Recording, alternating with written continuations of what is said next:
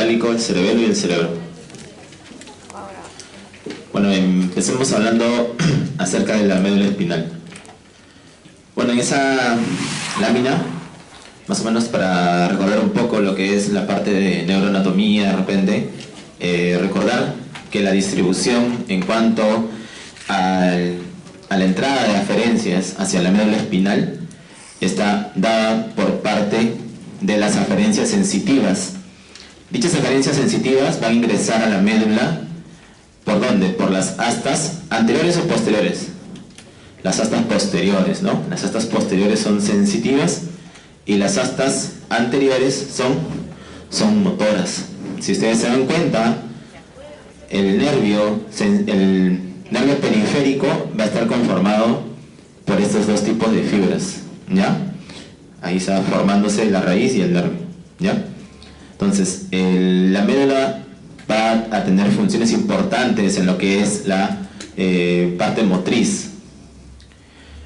En esa otra lámina, solamente para observar que en lo que respecta a la anatomía de la médula, tenemos una sustancia gris y una sustancia blanca.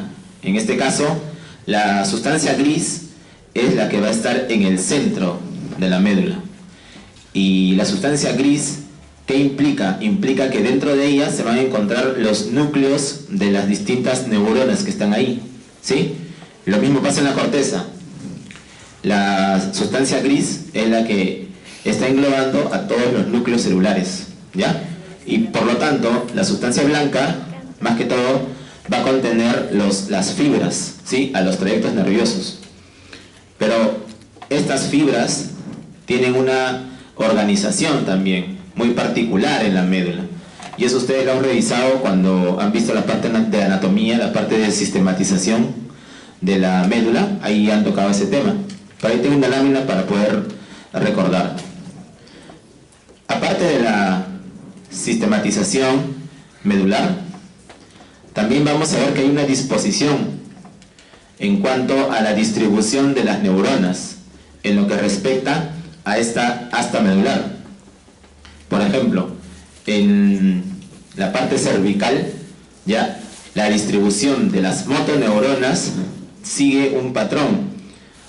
Hacia lo medial está siempre las neuronas que van a inervar a los músculos más axiales, los músculos que están en el tronco. Y hacia lateral van a encontrarse aquellas que inervan las extremidades, tanto a nivel cervical como a nivel lumbosacro, ¿ya? Esa va a ser la distribución que van a tener. Ahora, el control que se va a dar sobre estas estructuras, en la parte fisiológica vamos a tener algunas vías que van a controlar y que parten desde el tronco encefálico y van a tener un control sobre la parte medular. Y ahí tenemos algunas vías, ¿no? Las podemos, digamos, dividir en vías mediales y vías laterales. Las que pasan por el medio van a ser los tractos retículoespinales, vestíbuloespinales y textoespinales. Ya, esos van a pasar por la parte medial. Y por la parte lateral tenemos uno muy importante que vendría a ser el tracto rubroespinal, ¿sí? Entonces, mediante todos estos núcleos reticulares, vestibulares, tectales y rúbricos se encuentran en el tronco encefálico, en distintas partes del tronco encefálico, ¿ya? Y aquí más o menos una lámina para que puedan observar, ¿no? Por ejemplo, miren, aquí nosotros vamos a encontrar estos núcleos, ¿no? Tanto el núcleo rojo como los núcleos tectales, los núcleos vestibulares, ¿sí? Estos van a emitir sus proyecciones y van a controlar a estas motoneuronas que se encuentran en la médula espinal, ¿sí? A estas motoneuronas alfa que se encuentran ahí, ¿ya?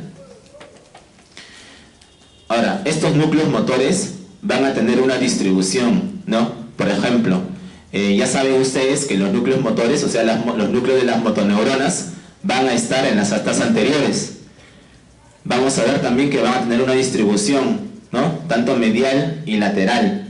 Y ya les había explicado, ¿no? En una lámina, mediales los músculos axiales, laterales los músculos de las extremidades.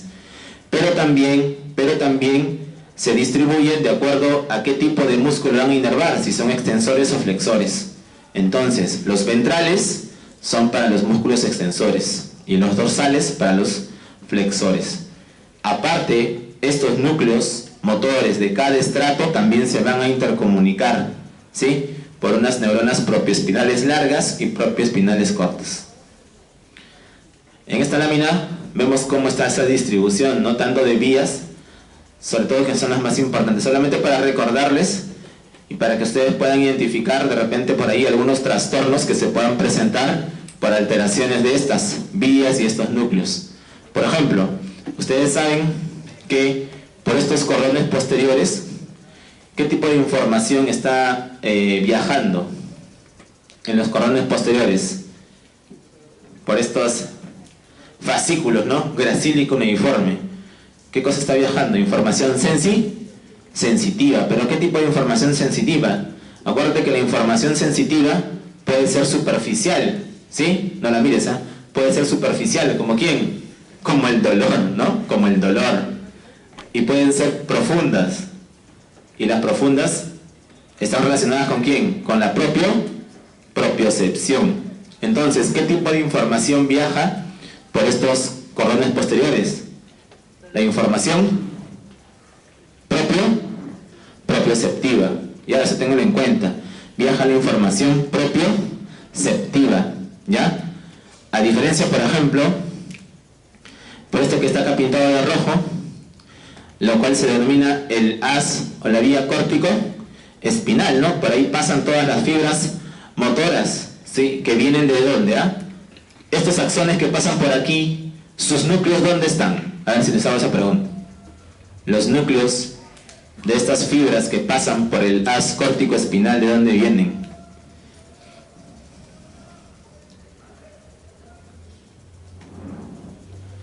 Una parte de ellas vienen ¿de quién? De las neuronas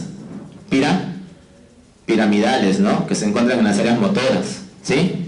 Pero no solo vienen de las áreas motoras, también vienen de las áreas asociadas a estas, ¿no? Por ejemplo, las premotoras, las suplementarias. También vienen información de las regiones sensitivas, ¿ya? ¿Sí? Van a viajar, pero sobre todo motoras, ¿no? Por ahí están las neuronas motoras, van a viajar por ahí, ¿ya? Sus fascículos. Y, por ejemplo, también tenemos fascículos que vienen del cerebelo, ¿no? Por eso, o que van al cerebelo, perdón, que son los tractos espinocerebelosos, tanto anteriores como posteriores, ¿no? Y otros haces que también acompañan al haz córtico-espinal, ¿no? Como por ejemplo el haz rubro-espinal, que viene del núcleo rojo, ¿ya? El núcleo rojo siempre está ahí acompañando al haz córtico-espinal, ¿sí? Y así vas a revisar lo que tú ya sabes, ¿no? Supongo que ya sabes, sobre médula. Solamente es un repasito, nada más para que te ubiques. Y la pregunta es, la información sensitiva, sobre todo el dolor, ¿no? La superficial, ¿por dónde está pasando? Viene por aquí, a las astas anteriores, perdón, a las astas posteriores y decusa, para poder subir por un haz que no está aquí, pero que por aquí pasa, el haz anterolateral. Ya, esa es la vía que sigue la información del dolor, ¿ya? Pero acuérdate que el dolor decusa, se va hacia el otro lado y recién asciende, ¿ya? Y así como también hay una distribución de estas fibras, dentro de ese paquete de distribución también tienen una distribución somatotópica, ¿no? Como el homúnculo, ¿se acuerdan? Que tenía todo su brazo, su cara, su tórax, su pierna, ya igualito, pues. Por ejemplo, mira, el haz córtico-espinal, de adentro hacia afuera compromete, ¿no? Músculos del cuello, ¿no? Del tórax, los miembros y la región sacra. Todo está ahí. Igual aquí, ¿ves? Todos tienen su distribución, ¿sí? Tanto los haces córtico-espinales laterales como los córtico-espinales ventrales. Es por eso que muchas veces, ¿no? Por ejemplo, a las lesiones que van comprimiendo la médula, siempre van a ir comprimiendo primero estos haces más distales, ¿no? Y aquí un cuadro resumen de lo que están en esas láminas, ¿ya? solo puedes revisar con calma para que no te marees. Ahí está especificado los nombres, ¿no? Para que recuerdes, acuérdate que recordar es volver a vivir, ¿no? Todo cuando te jalaron en Neuronato, y ahí está, ¿ya? Sí, yo sé que todavía duele. Entonces hablemos de algunas cosas importantes en cuanto a la función medular, ¿no? De repente han oído hablar de este término, shock medular, ¿no? ¿Por qué crees que se produce este shock medular? ¿Qué tiene que pasar para que se produzca este shock medular, ¿no? Una sección medular, ¿no? Debe haber algo que lesione la médula, que rompa todas esas vías y se produzca el shock medular, ¿ya? Creo que ustedes sus prácticas, no sé cómo harán ahora, bueno, en mis tiempos, hace muchos años, utilizábamos sapitos para hacer fisiología, ¿no? Me la pasé disecando sapitos, ahí estimulándolos, para aprender un poco de neuroanato y estas funciones. Y en uno de esos tantos procedimientos que se hacían hace años, utilizábamos un modelo experimental, ¿no? Al cual se denominaba el sapo espinal, ¿no? ¿Sí? Lo que se hacía es generar un trauma muy similar a lo que sucede, por ejemplo, cuando ocurren los choques, ¿no? Y se da el fenómeno de latigazo y se hay una sección medular, ¿sí? Y como el animalito de experimentación tenía una particularidad, ¿no? Que a diferencia del humano, a diferencia de los mamíferos, recupera rápido del shock medular. Pasan minutos y él ya tiene reflejos nuevamente, a diferencia de nosotros, ¿no? Si por ejemplo, su compañero no ha venido, ¿no? Si por ejemplo, ¿cómo se llamaba? Rubén, creo. Andrés, ¿no? Si Andrés, por ejemplo, sufre shock medular, ¿tú crees que a los 5 minutos va a recuperar sus reflejos? No, pues eso va a pasar meses, ¿sí? Semanas. En cambio, el animal de experimentación recuperaba rápido. Pero veías, pues, cómo entraba en shock, no sé si todos flácidos. ¿Qué pasa? Si tú cortas todas las vías, todo hacia abajo se compromete, ¿no? Prácticamente, ¿no? La vía motora, la vía sensitiva, los reflejos, ¿sí? Entonces, en el shock medular debe haber una sección brusca, ¿ya? Deprime todos los reflejos medulares, ya que la médula no trabaja de forma aislada, sino está en constante recibiendo información de la corteza. La corteza está que la estimula, la regula también. Al igual que deben pasar horas, semanas para poder recuperarlos, ¿ya? Y muchos de los reflejos se van a bloquear en ese momento. Entonces a eso se refiere el término shock medular, ¿ya? O sea, no confundir con el otro término que por ahí de repente han escuchado, ¿no? Shock neurogénico, muy diferente. Y por ejemplo, ¿no? ¿Qué pasaría si tienes una hemisección medular? O sea, no te compromete todo el trayecto de la médula, sino la mitad nada más. A ver, vamos a deducir, ¿ya? Porque es mejor deducir que de repente aprenderlo así a la mala, ¿no? Con cariño, ¿ya? Mira. Hemisección medular, ¿de qué lado sería este? Del lado de derecha, ¿no? Pregunta, ¿qué se ha comprometido? ¿Qué haz? Se ha comprometido los cordones posteriores, ¿no? Y por ahí que viajaba la información propioceptiva. Por lo tanto, el paciente de su lado derecho, porque la información viene así, pues, y sube por acá, por el mismo lado, va a tener compromiso de la propiocepción del lado derecho, del mismo lado, ipsilateral, ¿ya? ¿Y qué te dije de la otra información? De la información del dolor. El dolor era contralateral, ¿no? Porque cruzaba la línea media. Por lo tanto, los fascículos del dolor que están por acá se están comprometiendo, ¿no? ¿Pero de qué lado? Del lado contralateral. Entonces tiene esa particularidad, la hemisección medular. Alteración de la propiocepción de un lado, del mismo lado, con compromiso de la algesia del lado contralateral, ¿ya? Es una particularidad de ese síndrome de Brown-Séquard. Con compromiso motor del mismo lado, ¿ya? Solamente viendo la distribución tú sacas qué cosa tiene, pues, ¿no? Por el daño que has visto, ¿ya?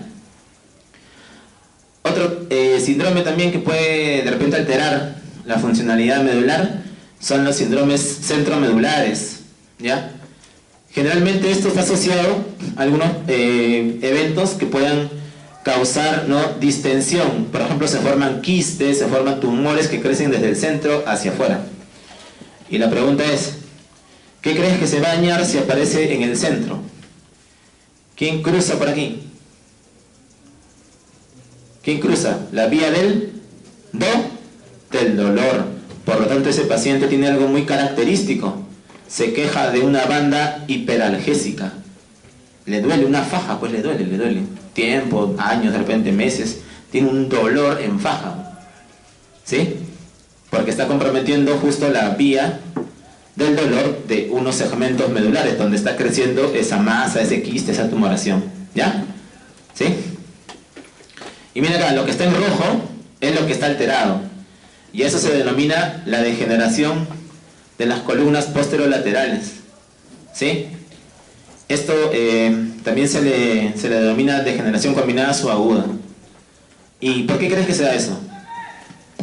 ¿Por qué crees que... Miren lo que se está dañando, ¿ah? Se están dañando... La clase pasada vimos las fibras, ¿no? ¿Se acuerdan cuáles eran las más veloces? Las fibras más veloces eran las motoras o las sensitivas. Las motoras, ¿no? Y en segundo lugar, ¿cuáles eran? Las sensitivas. En ese ejemplo de daño medular, ¿quién se está comprometiendo? ¿Las fibras más veloces o no? Sí, ¿no? ¿Y por qué creen, ah?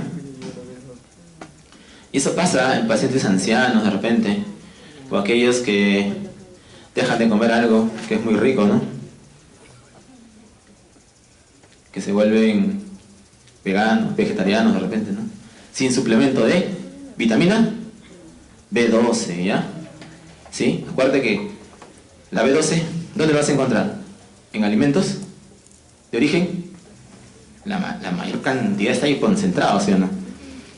Si tú no consumes alimentos ricos en este tipo de vitamina, con los años, acuérdate que la depleción, más o menos en cuánto tiempo se verá la depleción de lo que tú tienes.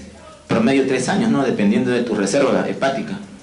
En 3 años más o menos en promedio comienzan los síntomas, ¿no? Una de las afectaciones del déficit de vitamina B12, sin suplemento, ojo, porque yo puedo comer de repente mis vegetales, pero con mi suplemento estoy compensado, ¿no? Pero hay algunos que no toman ningún suplemento y vienen con sintomatología, algunos, de degeneración, de este tipo de degeneración, ¿ya? ¿Qué más te puede comprometer en este caso? Si tienes un déficit de vitamina B12, también puedes tener polineuropatía, ¿ya? ¿Qué es una polineuropatía? Es la afectación de 2 o más nervios periféricos de manera sincrónica y simétrica, ¿sí? ¿Y qué más puedes tener? Puedes tener demencia, ¿ya? A unos pacientes, sobre todo los ancianos, que a veces no comen o están en procesos de repente patológicos y los cuales no pueden ingerir alimentos, les pasa eso, ¿ya? Entonces recordar, siempre que ves eso, por déficit de vitamina B12. Mira, este otro ejemplo solamente está dañado los cordones posteriores. ¿Qué enfermedad crees que daña solamente los cordones posteriores? Mira, solamente los cordones posteriores. Que hace tiempo se veía bastante, ¿no? Ahora ha bajado un poco. Ha bajado en general, ¿no? Antes se veía bastante. ¿Sabes? Es una enfermedad infecciosa. Que de repente... No, eso no. ¿De repente te ha dado alguna vez? Empieza con S, de sapo. Sarampión, ese compañero. ¿Alguna otra opción? Muy bien, ¿no? ¿Ya ves? ¿Alguna vez te ha dado? Sífilis, muy bien. ¿Sí? Sífilis. Con eso lo sacó al toque, ¿no? ¿Alguna vez me ha dado sífilis? Muy bien, muy bien. Sífilis, ¿ya? Eso es lo que se conoce como el tallo dorsal, ¿ya? Afectan los cordones posteriores, ¿sí? Y hay otras enfermedades que solamente afectan las astas anteriores, generalmente las enfermedades desmielinizantes, ¿ya? O las degenerativas también pueden afectarlas.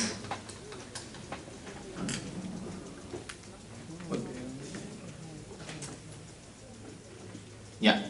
Entonces, hasta ahí hemos hablado de algunas cosas importantes de médula, ¿ya? En cuanto a su funcionalidad, en cuanto a su sistematización. Ahora hablemos también de lo que todos los otros elementos que se van a ir relacionando con esto, Uno de ellos muy importantes es esta estructura. Ya me voy a hablar, ¿no?, del uso muscular. ¿Qué es el uso muscular? ¿Qué es? ¿Saben? ¿Qué cosa es?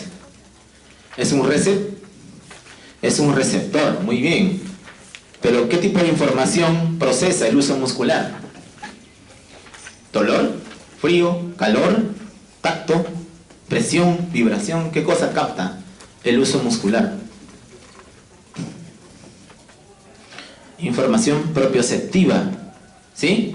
Propioceptiva, pero de un tipo muy particular, que es el estiramiento, ¿ya? Eso es lo que capta, ojo, el estiramiento. Acuérdate que cada receptor tiene una particularidad, porque va a ser estimulado por un tipo de fuerza, ¿no? En este caso va a ser el estiramiento, el cambio de longitud del músculo. Eso lo estimula al uso muscular. ¿Y dónde se encuentra? Algunos me dirán, profe, en el músculo, pues, ¿no? Ya, está bien, pero ¿en qué tipo de músculo? El esquelético, dice su compañero. Muy bien, pero el músculo esquelético se subdivide, ¿no? Dos partes. Fibras intrafusales y fibras extrafusales, ¿no?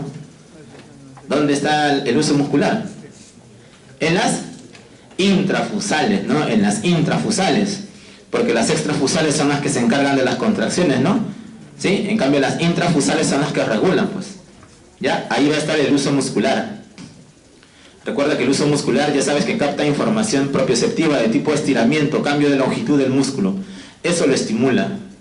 ¿Y el uso muscular forma parte de qué tipo de reflejo? Muy bien, los reflejos miotáticos, ¿no? Seguro que ya has hecho esa práctica en que te has golpeado con el martillo, ¿no? ¿O todavía? ¿Ayer lo hiciste? Muy bien. Entonces, en esa práctica has estimulado tus usos musculares, ¿no? Tus usos musculares, ¿ya? Y esos usos musculares pueden ser o pueden estar de dos formas, ¿no? Tenemos usos musculares en bolsa nuclear y en cadena nuclear, ¿ya? Y estos forman parte de este reflejo, ¿no? Del reflejo de estiramiento, reflejos que se van a poder estimular con el uso de un martillo. Te pongo el ejemplo acá, mira. Cuando tú percutes el tendón, porque eso es percutido, ¿no? Te enseñaron a buscar el tendón y a percutir el tendón, ¿no? ¿Para qué? Al momento que tú percutes, ¿qué cosa causas en esa fibra muscular? Causas estiramiento.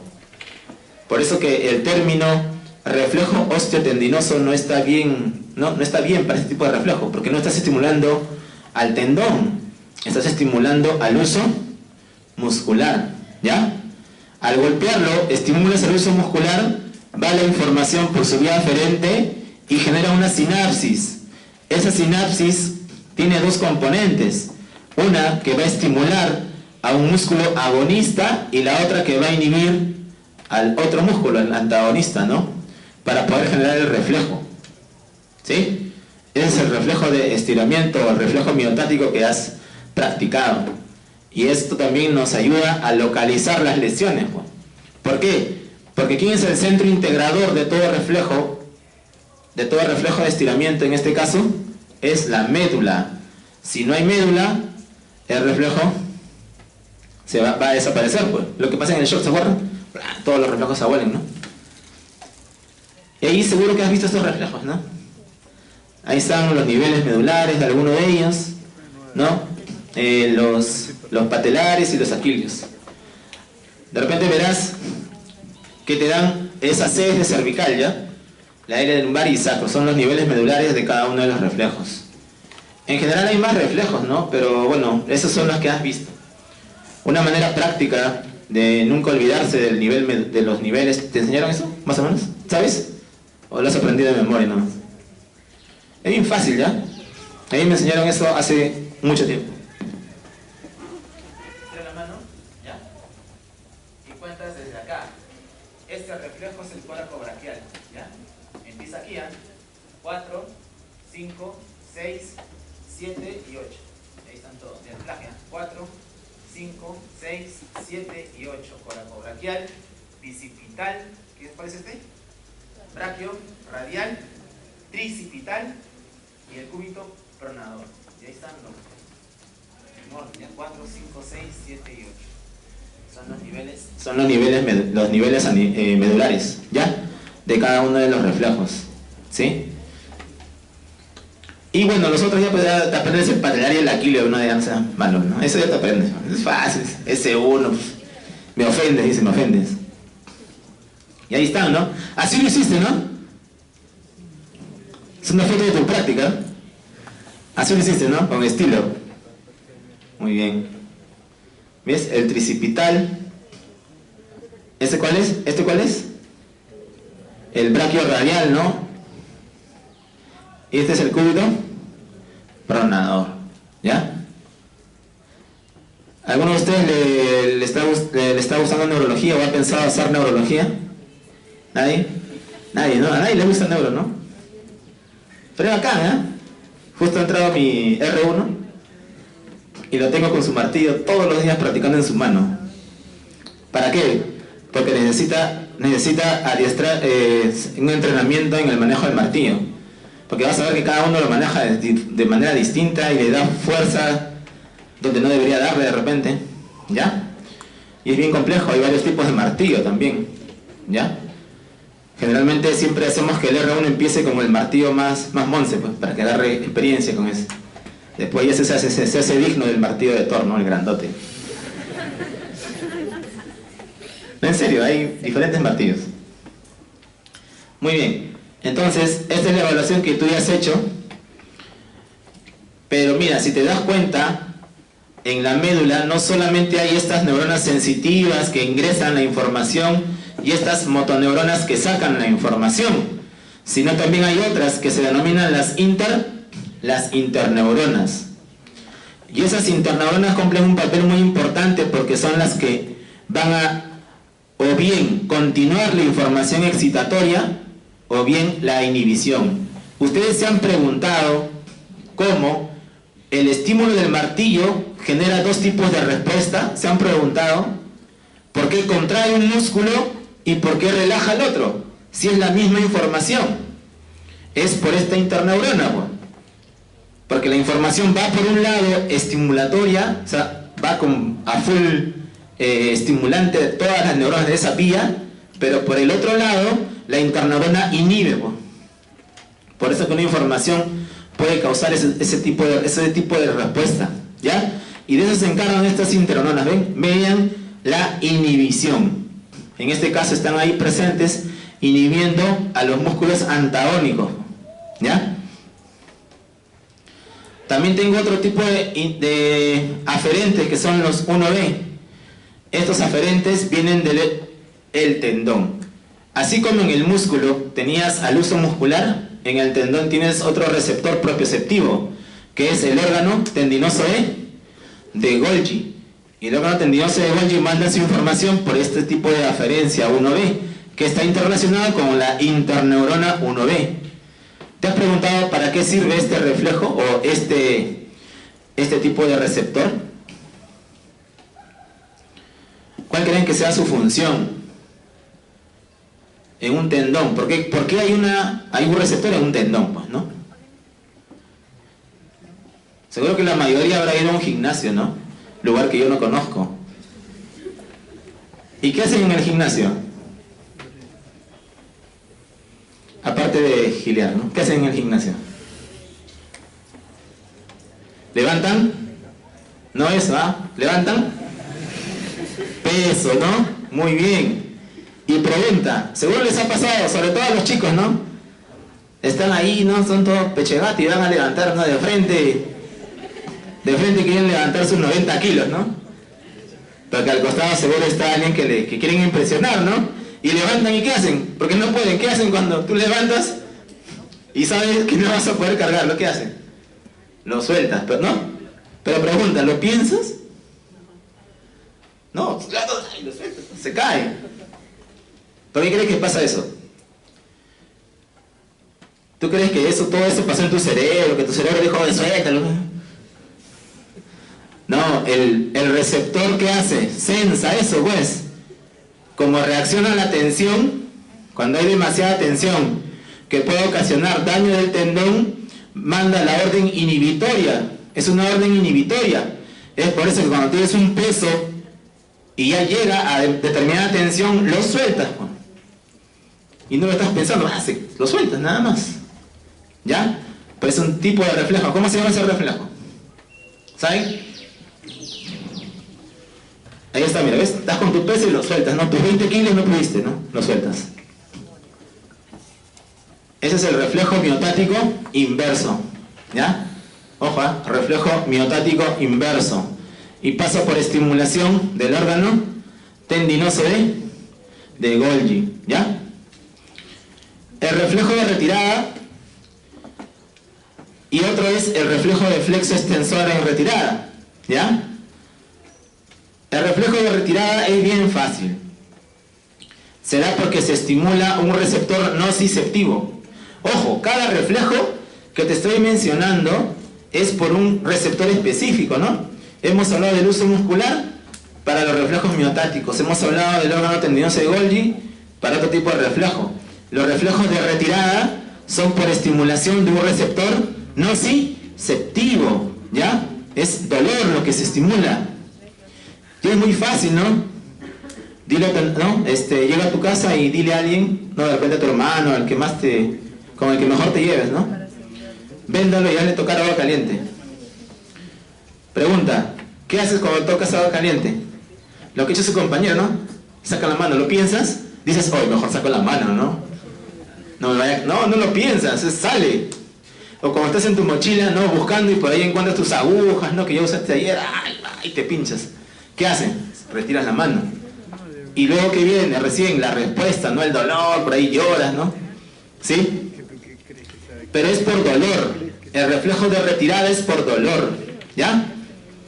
Muy bien. Pero hay otro reflejo, que es el flexo extensor en retirada también.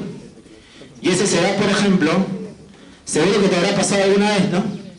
Has ido a la playa y por ahí de repente te tocó pisar un erizo, por ahí te tocó pisar un vidrio ahí en la arena. Pregunta, ¿qué haces? ¿Sigues a lo macho ahí? ¿Lo pisas más? ¿Qué haces? Muy bien, su compañero lo dijo, ¿no? Este reflejo, ¿qué es lo que hace? Al momento que el que toca la noxa, ¿qué tiene que hacer siempre? Retirar. ¿Y el otro qué hace? Te aleja, pues. Es por eso que le haces el brinco. Si quieres, mira, llega a tu casa, tira chinches en el piso y entra a tu cuarto. Para que veas cómo sale el reflejo, pues. Pisas, uno flexiona y el otro te bota. Te saca de la noxa.